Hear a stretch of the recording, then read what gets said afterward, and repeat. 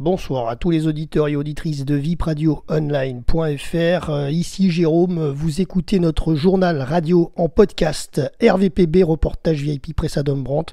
Depuis la Croisette pour notre chronique, notre petit journal Un jour à Cannes qui démarre aujourd'hui, en ce mardi 16 mai. C'est le jour de l'ouverture de cette 76e édition du Festival de Cannes.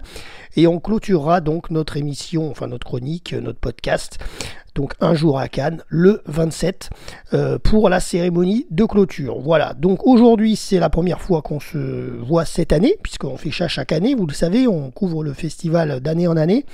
Donc aujourd'hui c'était l'ouverture de cette 76e édition. D'ailleurs l'affiche officielle que vous avez dans notre podcast, c'est Catherine Deneuve, qui en est l'effigie. Et chose à savoir, donc cette cérémonie d'ouverture a été la maîtresse de cérémonie et la présentatrice de cette cérémonie, c'est l'actrice Chiara Mastroianni, qui d'ailleurs est la fille de Catherine Deneuve. Voilà, pour la petite info, vous le savez peut-être déjà. Et donc elle a accueilli sur la scène du grand auditorium Lumière du Palais des Festivals, le jury de cette sélection officielle, des longs métrages, présidé par Ruben Östlund, entouré de Julia Ducorneau, Damien Ziffran, Attic Rahimi, Paul Dano, Brie Larson, Rungano Gnoni, Denis Ménochet et Mariam Touzani. Voilà. Ensuite, il y a d'autres jurys, bien entendu, mais on ne va pas tous les citer, mais il y a la Cinef et les courts-métrages. Ensuite, il y a le jury Un certain regard, il y a la Caméra d'or. Voilà, mais bon, on en parlera des autres jurys, puisqu'on en parlera le dernier jour, le 27, quand il y aura la remise des palmes et des prix. Donc là, on en parlera vraiment. Mais là, aujourd'hui, voilà, comme la quinzaine, vous le savez, jusqu'au 26 mai, on va vous parler surtout de la sélection officielle dans notre podcast Un jour à Cannes.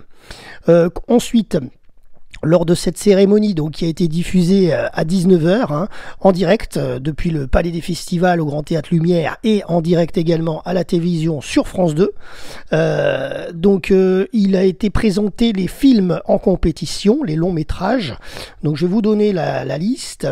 Anatomie d'une chute de Justine Triet, Asteroid City de Wes Anderson, Banel et Adama de Ramataya Toulaïsi, Blackfields de Jean-Stéphane Sauvert, Club Zero de Jessica Osner, Firebrand de Karim Aynouz, Il Sol della Venir de Nani Moretti, Kaibutsu de Kore Eda Hirokazu, Kulet Ledet de Aki Kaurismäki, Kuru Otlar Ustun de Nouribij Ceylan, L'été dernier de Catherine Breillat, La Chiméra de Alice Rohrwager, La Passion de Dodin Bouffon de Hung Tran Han, Le Retour de Catherine Corsini, Les Filles d'Olpha de Kauter Ben Anaya, May December de Todd Haynes, Perfect Days de Wim Wenders, King Chun Chun de Wang Bing, Rapito de Marco Bellocchio, The Old Oak de Ken Loach et The Zone of Interest de Jonathan Glazer. Alors, j'ai pas forcément le bon accent, j'en suis bien désolé.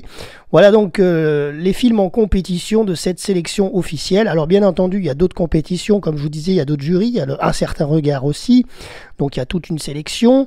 Ensuite, il y a les films hors compétition. Donc ça, on les verra au fur et à mesure de la quinzaine dans notre débrief Un jour à Cannes. Tout ce qui passe au Grand Théâtre Lumière, on le verra. Voilà. Ensuite, il y a Cannes Première également. Il y a pas mal de films aussi qui s'en sont présentés. Il y a des séances spéciales. Voilà. Mais bon, il y a les courts-métrages en compétition aussi. La Cinef aussi. Voilà. Je suis en train de déplucher un peu. Il y a Cannes Classique. Bon, ça, Cannes Classique, c'est des anciens films restaurés. Il y a de quoi faire. Pour tous les cinéphiles, bien entendu, il y a de quoi faire. Il y a même le cinéma de la plage. Bon, ça, je vais vous en parler tous les jours. C'est gratuit, c'est dehors, c'est à l'extérieur. Tout le monde peut y aller et il y a du lourd cette année. Alors, voilà. Donc ensuite, cette cérémonie du 76e festival, elle a été marquée surtout par la présence de l'invité d'honneur de cette édition 2023, l'acteur et producteur américain Michael Douglas, qui reçoit à cette occasion donc une Palme d'Or d'honneur cette année. Voilà, c'est officiel. La cérémonie d'ouverture était donc ensuite suivie de la projection du film Jeanne du Barry de Maïwenn, hors compétition. C'est un film hors compétition qui a été diffusé à 20h précisément. Voilà, c'est un film qui dure 1h56 minutes. Et d'ailleurs, donc ce film sortira le même jour dans les salles, c'est-à-dire donc ce soir, mardi 16 mai, dans les salles de cinéma françaises. Voilà, c'est assez récent maintenant, vous le savez, les films de Cannes sortent en même temps dans les cinémas, dans les salles obscures de France. Voilà.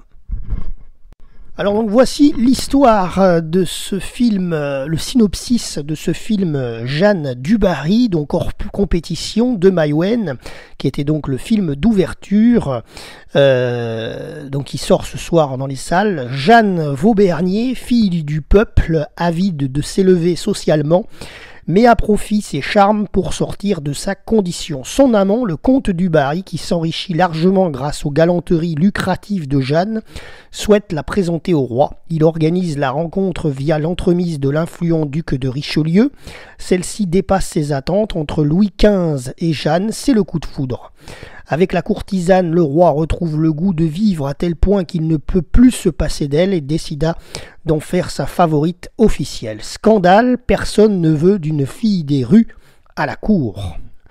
Voilà le synopsis de ce film, de ce long métrage de Maïwenn, Jeanne du Barry.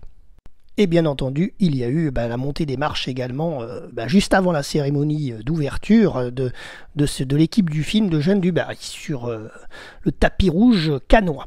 Alors ensuite, ce même mardi 16 mai, dernière info, c'est la projection du cinéma de la plage avec le film Underground d'Emir Kusturica.